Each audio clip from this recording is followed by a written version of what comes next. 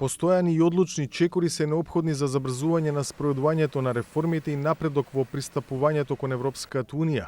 Брисел ја испрати пораката до Скопје во извештајот за Северна Македонија, документ кој Европската комисија го изготвува секоја година за секоја од земјите кандидатки, при што не беше пропуштено да се повтори дека во оваа геополитичка ситуација во интерес на Европа е да продолжи да се проширува.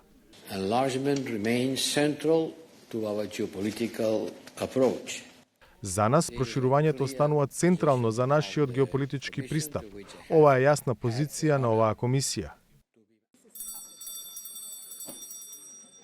Во извештајот за Северна Македонија се повторува дека меѓупартиската соработка е суштинска за исполнување на европската агенда, истовремено потенцирајќи ја и потребата од спроведување на преземената обврска за уставни измени за кои, како што се наведува, нема каков било напредок.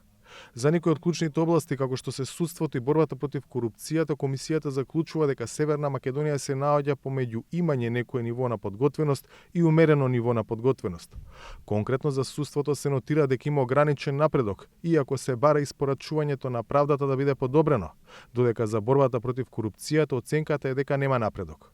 Во овој дел препораките се дека мора да се донесе нов кривичен закон и во согласност со ЕУ стандардите, како и да се подобрат резултатите во случаите на корупција на високо ниво.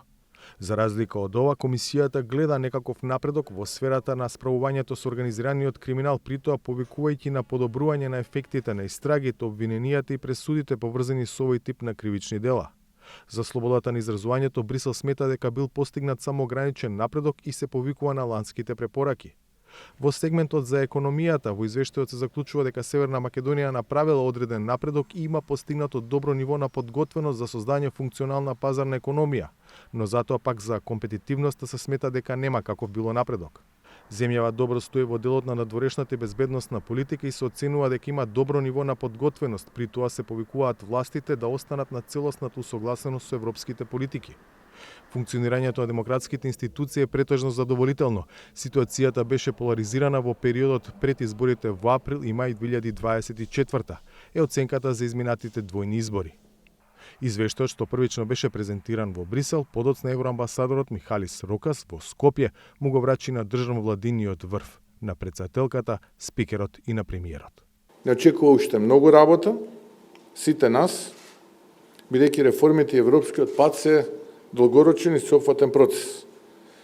Затоа ви уверувам дека ние, како нова влада, работиме интензивно и посветено за она што значи подобрување на состојбите во сите области, особено во оние области на живење каде проблемите и слабостите на системот се најголеми.